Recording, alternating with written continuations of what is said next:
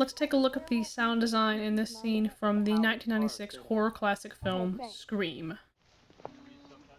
Right off the bat, I noticed the lack of music in the scene. There isn't any type of score to fill up the space in the room, and instead there's a more raw, natural approach to it. With this approach, there's a heavier focus on dialogue, foley, and sound effects. It's very subtle, but there is a wallet track in the back to simulate the customers in the store, along with some other well-chosen sound effects and some foley. Because obviously they don't watch enough movies. This is standard horror movie stuff.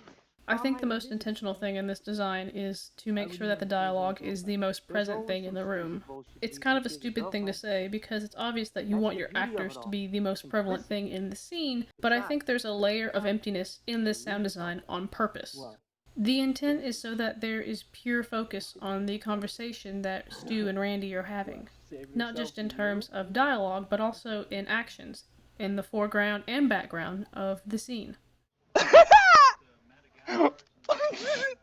This makes it very easy to get lost in the scene as you are engaged in their back and forth conversation, and even gives way for some comedic moments that are some of the most memorable lines in the film.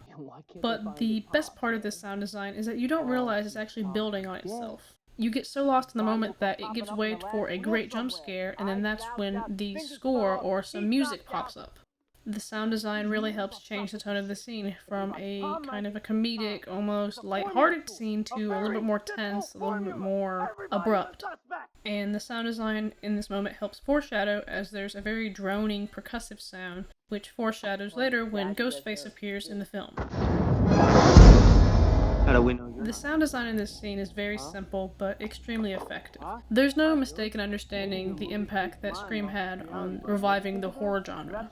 This scene is a classic among Scream fans, not just because of the artistic, creative side of it, but because the technical side is just as good.